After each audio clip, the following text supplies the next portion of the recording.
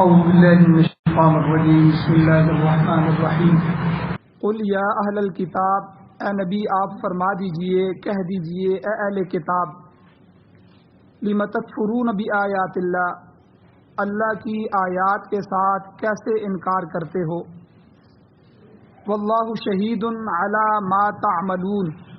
حالانکہ اللہ تعالیٰ گواہ ہے اس پر جو تم عمل کرتے ہو، اللہ اس کو دیکھ رہے ہیں، تمہارے ہر عمل پر اللہ کی نظر۔ قل یا اہل الکتاب، اے نبی پھر ان سے کہیں کہ اے اہل کتاب، لم تصدون عن سبیل اللہ، کیوں تم روکتے ہو اللہ کے راستے سے، من آمنا، اس شخص کو جو ایمان لے آیا، ایمان والوں کے لیے اللہ کے راستے میں کیوں رکاوٹ بنتے ہو، تبغونہا عوجا، تم اس اسلام میں، دین میں کجی تلاش کرنے کی کوشش کرتے ہو، وَأَنْتُمْ شُهَدَاء، حالانکہ تم گواہ ہو، تمہیں پتہ ہے سب کچھ، وَمَا اللَّهُ بِغَافِلٍ عَمَّا تَعْمَلُونَ، اور اللہ تعالی غافل نہیں ہے اس سے جو کچھ تم عمل کرتے ہو۔ اب ایمان والوں کو خطاب فرمایا، یا ایھا الذین آمنوا، اے ایمان والو، ان تطیعوا، اگر تم اطاعت کرو گے، فریقا من الذین اوتوا الکتاب، ان لوگوں کو جن کو کتاب دی گئی، یعنی یہود اور عیسائی، ان میں سے کسی ایک فریق کی اگر تم اطاعت کرو گے تو یردوکم، وہ تم کو لٹا دیں گے، پلٹا دیں گے، پھیر دیں گے، بعد ایمانکم، تمہارے ایمان کے بعد، کافرین، کافر بنا کر، کفر کی حالت میں تمہیں لٹا دیں گے۔ وَكَيْفَ تَكْفُرُونَ، اور اے ایمان والو تم کیسے کفر کر سکتے ہو، وَأَنْتُمْ تُتْلَى عَلَيْكُمْ آیات اللہ، حالانکہ تمہارے اوپر تلاوت کی جاتی ہیں اللہ کی آیتیں، قرآن تمہارے اوپر اتر رہا ہے، تمہارے اندر اللہ کی آیات یعنی قرآن مجید موجود ہے، وَفِيكُمْ رَسُولُ، اور تمہارے درمیان رسول بھی ہے اس کا، وَمَن يَعْتَصِم بِاللَّهِ، اور جس نے اللہ کو مضبوطی سے پکڑ لیا یعنی اللہ کے دین کو، فَقَدْ هُدِيَ إِلَى صِرَاطٍ مُسْتَقِيمٍ، پس تحقیق وہ ہدایت پا گیا سیدھے راستے کی طرف۔ سورہ آل عمران کی آیت نمبر 98، 99، 100 اور 101، یہ 4 آیتیں آپ کے سامنے تلاوت ہوئی ہیں۔ ان آیات کا آج تیسرا درس ہے، 2 درس پیچھے گزر چکے ہیں، تو جن کا خلاصہ یہ ہے کہ ان 2 درسوں میں میں نے آپ کے سامنے بیان کیا تھا کہ ایک تو اللہ نے اہل کتاب اور یہود اور نصارہ جو ہیں، یہودیوں اور عیسائیوں کو جو حضور کے زمانے میں تھے اور پھر آج کے زمانے، آج تک یہ آیات ان کو مخاطب کر رہی ہیں کہ سب سے پہلی بات، تم کیوں نہیں ایمان لاتے، لم تکفرون بآیات اللہ، اللہ کی آیتوں کا کیوں انکار کرتے ہو، جس نبی آخر الزمان کے تم منتظر تھے کہ وہ نبی آخر الزمان آئے گا اور ہم ایمان لائیں گے، اب وہ آ گئے ہیں اور ان کی نشانیاں بھی پوری ہیں، اور تم نے اپنی کتابوں میں موجود نشانیوں کو دیکھ کے تصدیق بھی کر دی ہے، تمہارا دل بھی مطمئن ہو گیا ہے، لیکن ضد اور تعصب کی وجہ سے تم ایمان نہیں لاتے۔ کیوں نہیں لاتے، کیوں انکار کرتے ہو؟ تو اگر تم یہ سمجھتے ہو کہ اللہ کو پتہ نہیں ہے تو یہ بات سمجھ لو، واللہ شہید علی ما تعملون، جو کچھ تم عمل کرتے ہو اس پر اللہ تعالیٰ گواہ ہے، اس کو دیکھ رہا ہے۔ اللہ کی ذات سے دنیا کی کوئی چیز بھی پوشیدہ نہیں، اس سے کوئی پتا، کوئی ریت کا ذرہ بھی اللہ کی نظر سے ہٹا ہوا نہیں ہے، اللہ غافل نہیں ہے۔ غافل اس شخص کو کہتے ہیں کہ مثال کے طور پر ابھی میں یہاں بیٹھا ہوں، مجھے پتہ نہیں ہے پیچھے ممبر کے پیچھے کیا پڑا ہے، میں اس سے غافل ہوں۔ اگر میں مسجد سے باہر نکل گیا تو مسجد کے اندر کے افعال سے غافل ہوں، اندر بیٹھا ہوں تو باہر سے غافل ہوں، ایک آدمی کی طرف متوجہ ہوں تو دوسروں کا پتہ نہیں وہ کیا بات کر رہے ہیں، تو ہمارے اندر عیب ہیں، ہم غافل لوگ ہیں، ہماری غفلت ہے، اسی غفلت سے چور بھی فائدہ اٹھاتا ہے، ڈاکو بھی فائدہ اٹھاتے ہیں، اور اسی غفلت سے سیاسی بھی فائدہ اٹھاتے ہیں۔ تو بہرحال اللہ تعالیٰ ایسے غافل نہیں، اللہ تعالیٰ کے سامنے دنیا کی جتنے بھی، تو بلکہ حضور علیہ الصلوۃ والسلام نے حدیث میں اس کی مثال پیش فرمائی کہ اس طرح ایک بڑا گراؤنڈ ہو اور اس پورے گراؤنڈ کے اندر ایک چھوٹی سی گیند پڑی ہوئی ہو، تو وہ گیند جو ہے آدمی کے نظر میں ہوتی ہے، پورا گراؤنڈ نہ ہو، تو اللہ تعالیٰ کے سامنے یہ جو کائنات ہے، ساری کائنات پورے گراؤنڈ میں پڑی ہوئی ایک گیند کی طرح،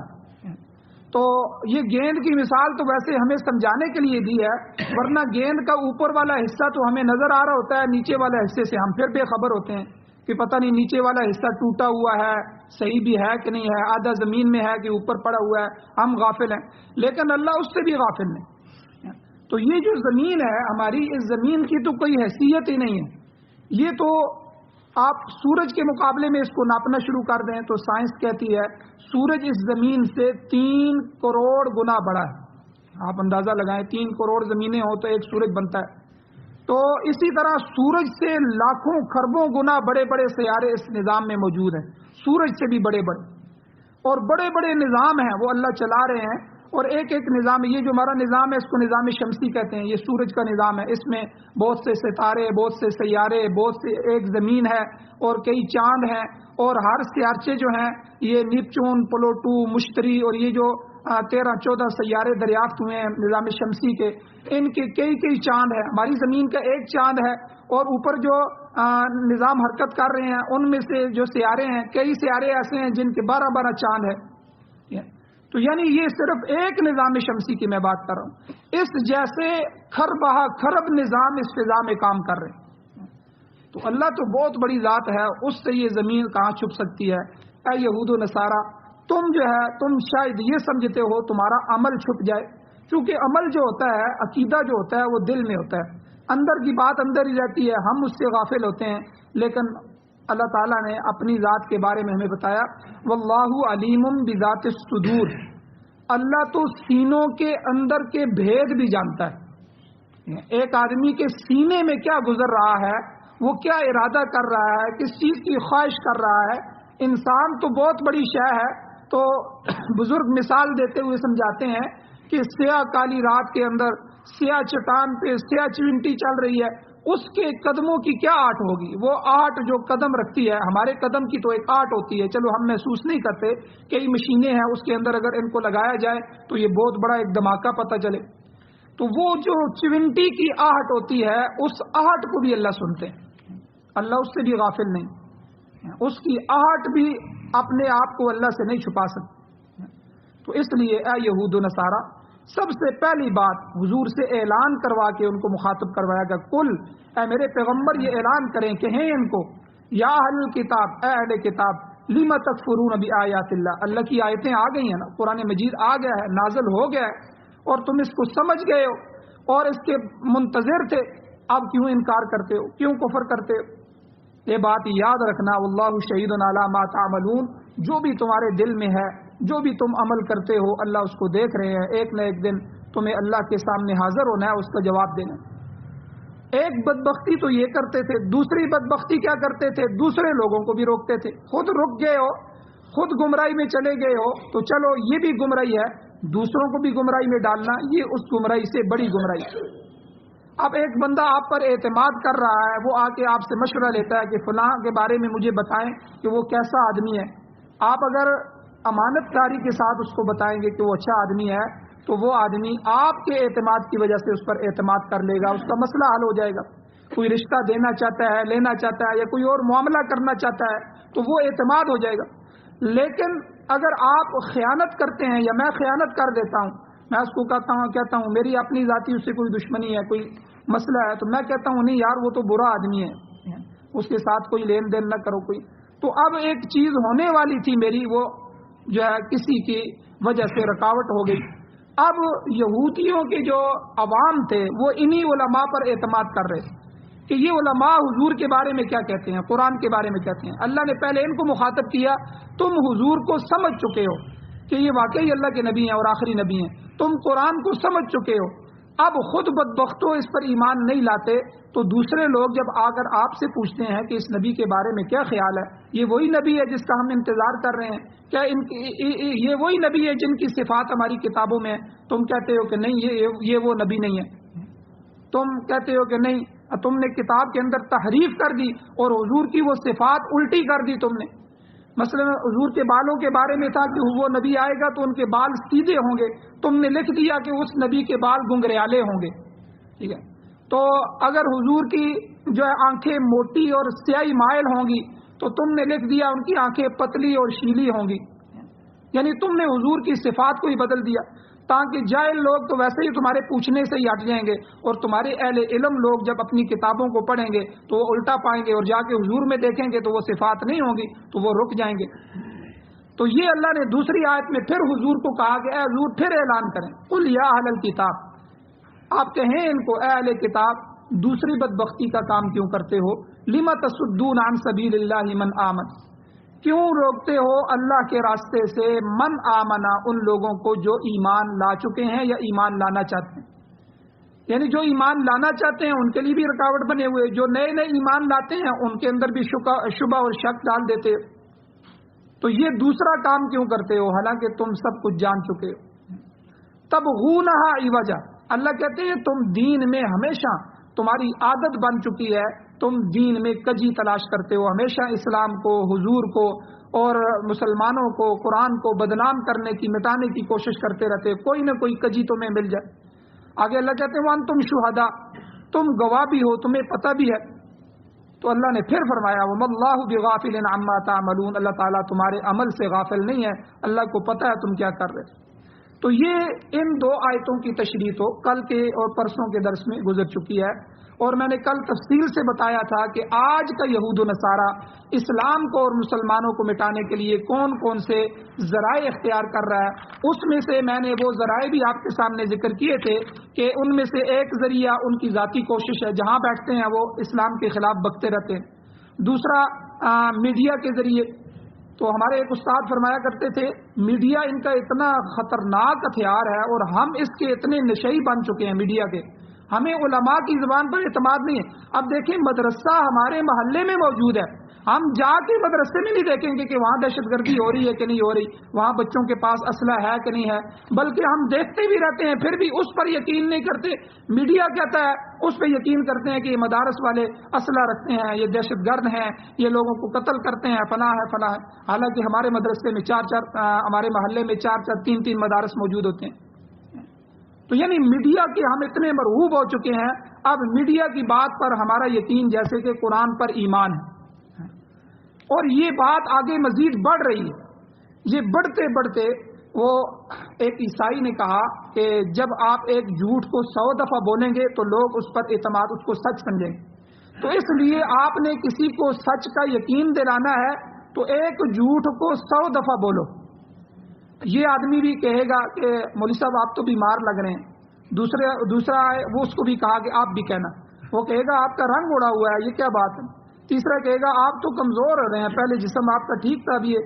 تو پانچواں چھٹا جب کہے گا تو مولوی صاحب بھی کہیں گے ہاں جی واقعی یہ تو کچھ محسوس مجھے بھی ہو رہا ہے، اور جب 10 20 100 آدمی کہیں گے تو وہ تو چارپائی پہ پڑ جائے گا۔ یہ نفسیات ہوتے ہیں، یاد رکھیں، یہ ڈاکٹر نفسیات سے جو علاج کرتے ہیں، علاج کی بہت سی قسمیں ہیں جس میں حکمت بھی ہے، حکیم علاج کرتے ہیں، ہومیوپیتھک بھی ہے، انگریزی علاج ہے، اور اس کے علاوہ کئی علاج ہے، تھراپی ہے، اور اس میں سے ایک نفسیاتی ڈاکٹر بیٹھتے ہیں۔ یہ جو نفسیاتی علاج کرتے ہیں یہ ہمارے نفسیات کے ذریعے کرتے ہیں۔ ایک آدمی نفسیاتی بیمار ہو گیا ہے، اس کی بیماری کو نفسیاتی ذریعے سے ہی ختم کیا جا سکتا ہے، دوائیاں دے کے اس کو ختم نہیں کیا جا سکتا۔ تو ہماری قوم کو نفسیاتی مریض بنا دیا گیا ہے کہ ہم میڈیا کے جو ہے اتنے متوالے ہو گئے ہیں کہ ہم بات سنتے ہیں، خبریں لگاؤ بھائی کیا خبر ہے۔ تو استاد ہمارے مثال دیتے تھے حضرت مہدی رضی اللہ تعالیٰ عنہ جب تشریف لائیں گے، امام مہدی، اور ظاہر بات ہے وہ سب سے پہلے بیت اللہ میں آئیں گے، اور بیت اللہ میں طواف کرتے ہوئے حضور نے فرمایا جو احادیث سے ہمیں پتہ چلتا ہے وہ طواف کر لے ہوں گے، تو اس وقت کے جو غوث ابدال کتب اولیاء اللہ لوگ ہوں گے، علماء، وہ جو ہر سال حج کے لیے جاتے ہیں، وہ لوگ ان کو پہچان لیں گے اور ان کو گھیر لیں گے اور ان کو کہیں گے آپ سے ہم بیعت کرتے ہیں، بیعت علی الجہاد۔ اب دنیا میں فتنہ و فساد ہو گیا ہے، اسلامی حکومتیں بھی غیر اسلامی ہو چکی ہیں، سب کچھ ہو چکا ہے، اب آپ جہاد کریں، اور اب دجال کے قریب کا زمانہ ہے، عیسیٰ علیہ السلام نے تشریف لانا ہے اور دجال کو قتل کرنا ہے، آپ جہاد کے لیے بیعت لیں۔ تو چونکہ ہوگا یہ حج کے موقع پہ اور ہوگا بھی بیت اللہ میں، حدیث میں یہ بتایا گیا ہے، اور حضرت امام مہدی آئیں گے بھی اسی وقت۔ اب چونکہ سعودیہ کی حکومت بالکل یہودیت کی طرف جا رہی ہے، ٹھیک ہے، ان کے کام سارے کافروں کے ہوتے جا رہے ہیں، اب ہوگا کیا کہ امام مہدی کا سب سے پہلا جہاد ان لبرل ٹٹو حکومتوں کے خلاف ہوگا جو کافروں سے زیادہ کافروں کے غلام بنے ہوئے ہیں۔ شاہ سے زیادہ شاہ کا غلام. تو اب مسلمان کا کیا کام ہے اتنی مقدس سرزمین میں جو ہے وہ سینمے کھولے اور سینموں میں جو ہے وہ ہندوؤں اور جو ہے کہیں ملکوں سے اداکاروں کو گلوکاروں کو ان خنزیروں کنجروں کو بلایا جا رہا ہے اور اس کو جو ہے ساری دنیا کو دکھایا جا رہا ہے. یہ تو یہودیت کب سے جو ہے وہ کوشش کر رہی ہے کہ یہ مکہ اور مدینہ جو مسلمانوں کے مرکزی مسلمان کسی جنگل میں افریقہ میں بھی رہتا ہو اس کا دل یہاں اٹکا ہوتا ہے, اس کی محبتیں بیت اللہ کے ساتھ مسجد نبوی کے ساتھ سعودیہ کے ساتھ ہوتی ہیں. تو اس ملک کو غارت کر دو. اب ہوگا کیا؟ اب جب ظاہر بات ہے حضرت مہدی بیعت علی الجہاد لیں گے, اب جو ہے اس وقت کا میڈیا جو خبریں دے گا, اب باہر کی دنیا کو تو نہیں پتا کہ بیت اللہ میں کیا ہو گیا ہے, اچانک یہ سب کچھ ہوگا حدیث کے روح سے. اب یہ میڈیا جو ہے ہمارے پاس تو ہمارا اسلامی میڈیا ہے ہی کوئی نہیں, ہتھیار ہی کوئی نہیں کہ جس کو ہم سنیں جس پر ہم اعتماد کریں. تو استاد فرمایا کرتے تھے تو یہ میڈیا اس طرح خبر دے گا کہ چند دہشت گردوں نے بیت اللہ پر قبضہ کر لیا ہے اور انہوں نے بیعت علی الجہاد کے نام پر دہشت گردی شروع کر دی ہے, مینا میں خیمے جلائے جا رہے ہیں اور فلاں جگہ خون ریزی کی جا رہی ہے, اور جو ہے خادم الحرمین الشریفین جو ہیں سعودیہ والے وہ پوری دنیا کو ہے ان کے خلاف اکٹھا کرنے کے لیے آواز اٹھا رہے ہیں. تو یعنی اس طرح کا جو خبر چلائی جائے گی اب پوری دنیا کا جو ہے میڈیا سننے والے لوگ انہی پر اعتماد کریں گے اور وہ ان لوگوں کو دہشت گرد سمجھ لیں گے. تو یہ یعنی ان کا بڑا ہتھیار. اسی طرح NGOز کے ذریعے جو ہے اسلام کو بدنام کیا جاتا ہے, امداد کے نام پر ملکوں کو جو ہے انہوں نے کنٹرول کیا ہے. مشینری سکول ہیں, مشینری اسپتال ہیں, ان کے دوسرے مشن کے جو سسٹم ہے. اسی طرح جو ہے اسلام کے خلاف کتابیں شائع کرنا اور توہین امیز مواد شائع کرنا اور نبی علیہ الصلوۃ والسلام کے وقتاً فوقتاً جو ہے کارٹون شائع کر کے نعوذ باللہ مسلمانوں کے دلوں کو زخمی کرنا. اور اسی طرح مستشرقین کا جو فتنہ تھا اس کے بارے میں بھی تفصیل سے میں نے کل بات کی تھی کہ جن میں آج کے دور میں ہمارے ملک کے بڑے بڑے فتنوں میں سے مودودیت کا فتنہ ہے, پرویزیت ہے, نیچریت ہے, اسی طرح ڈاکٹر ذاکر نائک ہے, فرت ہاشمی ہے, جاوید احمد غامتی ہے, شیعت کا فتنہ ہے, اور اسی طرح مرزا قادیانی ہے, مرزا جیلمی ہے. یہ سارے کے سارے فتنے یہ مستشرقین ہیں. ان کا کوئی عالم استاد نہیں ہے, انہوں نے علم جو ہے یورپ کی یونیورسٹیوں سے حاصل کیا ہے, کوئی پروفیسر ہے, کوئی ڈاکٹر ہے, کوئی کیا ہے, وہ آگے لوگوں کو وہی اسلام وہی دین سکھا رہا ہے. اب doctor Javed Ahmad Ghamidi, doctor Zakir Naik, doctor فرت ہاشمی, یہ اپنے ساتھ مولانا کیوں نہیں لکھاتے؟ کیونکہ انہوں نے علم علماء سے سیکھا ہی نہیں ہے, مدارس سے سیکھا ہی نہیں ہے, انہوں نے یونیورسٹیوں سے علم کو سیکھا ہے. وہ جہاں سے تشکیک, شکوک و شبہات, یہ اسلام پر اعتراضات, یہ جو چیزیں یا آپس میں اختلافات ان کو دے کے بھیجے گئے وہی چیزیں آ کر یہ امت میں آگے پھیلا رہے ہیں. تو بہرحال یہ چیزیں بھی جو ہے یہود و نصارہ کی ہیں. تبغونہا عوجا کے اندر یہ بھی آتی ہیں, ہمیشہ یہ اسلام کے اندر کجی تلاش کرتے ہیں. یہ حضور کے زمانے کے یہودیوں کو مخاطب کر کے کہا گیا تو قیامت تک کا یہودی اسی مشن کو لے کے چل رہا ہے. پھر پوری دنیا میں انہوں نے ادارے بنا لیے ہیں, اقوام متحدہ کا ادارہ. اچھا دیکھیں, سب سے بڑی جمہوریت کا جو خون کیا جاتا ہے وہ اقوام متحدہ میں کیا جاتا ہے. اب جمہوریت کسے کہتے ہیں کہ جمہور جو فیصلہ کر دیں اسی کو مان لیا جائے. اب مثال کے طور پر اقوام متحدہ میں ایک قرارداد پیش ہوتی ہے. قرارداد یہ ہے کہ اسرائیل فلسطینیوں کی زمینوں پر ناجائز قبضہ کر رہا ہے. یہ قرارداد پیش کی جاتی ہے, اس کو روکا جائے. اب اکثر ملک اس قرارداد کو پاس کر دیتے ہیں. 180 ملک ہیں, 100 سے زیادہ ممالک کو دستخط کر دیتے ہیں. بالکل اسی طرح ہو رہا ہے, ٹھیک ہے, اور یہ نہیں ہونا چاہیے, یہ ظلم ہے اور اس کو رکنا چاہیے.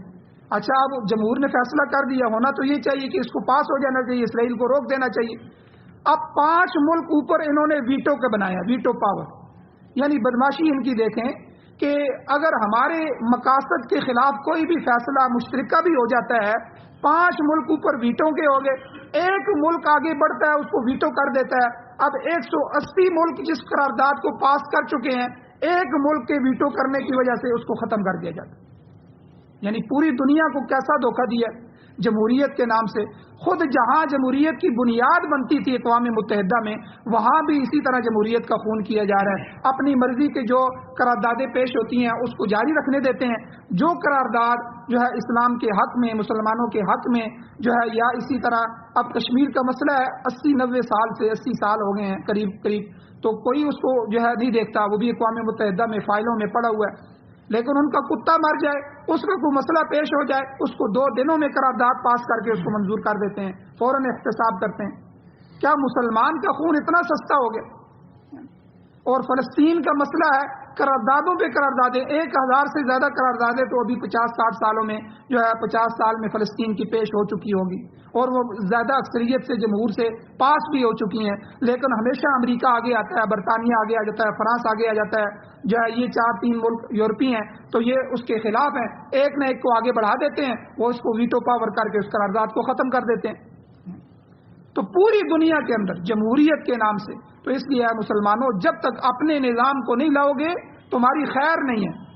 اور ہم اپنے نظام سے نفرت کرتے ہیں۔ ہم کہاں چاہتے ہیں کہ قرآن کا نظام آئے؟ ہمیں تو داڑیاں رکھنی پڑیں گی، ہماری تو عورتوں کو پردے کرنے پڑیں گے، ہمارے تو بچوں کو اسلام سیکھنا پڑے گا، ہمیں تو اس مسلمان بننا، صحیح مسلمان بننا پڑ جائے گا۔ ہم تو اندر سے سارے کافر ہیں، جھوٹ ہم بولتے ہیں، دھوکہ ہم دیتے ہیں، بازار کی زندگی ہماری خراب ہے، معاشرت ہماری خراب ہے، سارا کچھ ہمارا اندر سے خراب ہے، اور ہم تو ٹھیک ہونا نہیں چاہتے۔ اسلام کو تو ہم خود ناپسند کرتے ہیں۔ اور یاد رکھیں، اللہ کی یہ آیات بتا رہی ہیں، اگر تم اسلام کو پسند نہیں کرو گے، اسلام کو خود نہیں چاہو گے، تو اللہ اپنا اتنا مقدس نظام بھی ویسے ہی تمہاری جولی میں نہیں ڈال دے گا، ویسے ہی تمہیں یہ نظام نہیں مل جائے گا۔ اس کے لیے خون بہانا پڑے گا، جہاد کرنا پڑے گا، اللہ کے نظام کو نافذ کرنے کے لیے اپنی جان مال عزت دو پہ لگانا پڑے گی۔ آج افغانستان میں جو اسلام کی بہاریں آئی ہیں وہ ویسے نہیں آئیں، پیچھے دیکھیں خون کی ندیاں بہی ہیں، کتنے لوگوں کو زندہ دفن کیا گیا۔ دشت لیلا کا واقعہ دیکھیں، کنٹینروں میں بند کر کے ان پر گولیاں چلائی گئیں۔ دنیا کی کون سی جیل ہے جس میں ان افغان طالبان کو قید نہیں کیا گیا؟ کیوبا کی جیلوں میں وہ کون سے مظالم ہیں جو ان پر نہیں ڈھائے گئے؟ وہ کون سا ظلم ہے جو انہوں نے نہیں دیکھا؟ لیکن انہوں نے پہلے دن سے کہا تھا ہم اللہ اور اللہ کے رسول کے ماننے والے ہیں، خلافت کے نظام کے حامی ہیں، خلافت ہمارا مقصد ہے، خلافت ہماری زندگی ہے، اور خلافت پر ہماری موت ہے۔ جب اللہ نے ان کے اس امتحان کو دیکھا، اتنے کڑے امتحان میں گزرنے کے بعد اللہ نے کہا ٹھیک ہے، تمہیں میں اپنے اور اپنے رسول کا نظام عطا کرتا ہوں۔ تو یہ ویسے ہی باہر وہاں آ گئیں کہ وہاں جو ہے اب فیصلے ہو رہے ہیں اسلام کے مطابق۔ اب دیکھیں وہ بتوں کے سر کاٹ رہے ہیں، یہ جو کپڑے لٹکانے کے لیے وہاں جو مجسمے بنے ہوتے ہیں، انہوں نے کہا اس کے سروں کو کاٹو، یہ تو سروں کے ساتھ پورا مجسمہ بن جاتا ہے، یہ تو قرآن و شریعت کے خلاف۔ اسی طرح کوئی جھگڑا ہوتا ہے تو فوراً ایک دن میں فیصلہ ہو جاتا ہے۔ اسی طرح کوئی معاملہ ایسا ہوتا ہے چوری چکاری کا، تو 1 2 4 6 دنوں کے اندر مجرم عدالت میں پیش کر دیا جاتا ہے، اس کا فیصلہ ہو جاتا ہے۔ تو یہ اسلامی نظام ویسے تو نہیں ملا، جب اس قوم نے اس کو چاہا، اس کو پسند کیا، اس پر قربانیاں دی، تو اللہ نے ان کو وہ نظام عطا فرمایا۔ اور آج ہمارے ملک میں حالت یہ ہے، ہمارے ملک میں 50-60% لوگ تو لبرل ہو چکے، آزاد خیال ہو چکے، وہ ویسے ہی جو ہے مدارس کو، علماء کو، خانقاہوں کو، کتاب و سنت کو، اس نظام کو پسند ہی نہیں کرتے۔ اور جو ہمارے نمازی ہیں، نمازی حضرات ہیں، 100 میں سے 7%، 8%، 10% نمازی ہیں، 90% آدمی بے نمازی ہیں۔ اب وہ 90% یہ چاہتے ہیں کہ اسلام آئے گا تو پھر ہمیں زبردستی یہ نماز پڑھائیں گے، وہ کہیں گے مسجدوں میں جاؤ، کاروبار نماز کے وقت بند کرو، اللہ کا حکم ہے، تو وہ نہیں چاہتے نظام کو۔ تو جب ہم نہیں چاہتے تو اللہ ویسے ہی ہمیں اپنا پیارا مبارک نظام دے، تو اسی طرح اسی غلط نظام میں، اسی ظلم کی چکی میں پستے رہیں گے جب تک جو ہے ہماری نظریں جو ہے وہ دنیا کی طرف رہیں گی۔ جس دن ہماری نظر اللہ کی طرف آ جائے گی، اللہ سے مانگنا آ جائے گا، رونا دھونا آ جائے گا، اللہ سے اس کا نظام مانگے گے، اس کا قرآن و سنت کا نظام، پیارا مقدس نظام مانگے گے، اس کا نظام مصطفیٰ مانگے گے، اس دن اللہ جل شانہ پھر امتحانوں سے گزار کے یا بغیر امتحانوں کو ہمیں دے دے، لیکن ہماری توجہ کی تو ضرورت ہے، ہمیں اللہ سے مانگنا چاہیے۔ تو بہرحال ان آیات میں اللہ تعالیٰ نے ان چیزوں کو کھول کے بیان فرمایا ہے کہ یہود و نصارہ تمہارے دوست نہیں ہیں، یہ تمہارے دشمن ہیں۔ اور ہمیشہ سے جب حضور کے زمانے میں ان بدبختوں نے حضور کو نہیں چھوڑا، صحابہ کو نہیں چھوڑا، اور اسلام کو جو ہے ہمیشہ بدنام کرنے کی کوشش کی، آج تو وہ بدرجہ اتم تمہارے اوپر حاکم بن چکے ہیں۔ آج تو انہوں نے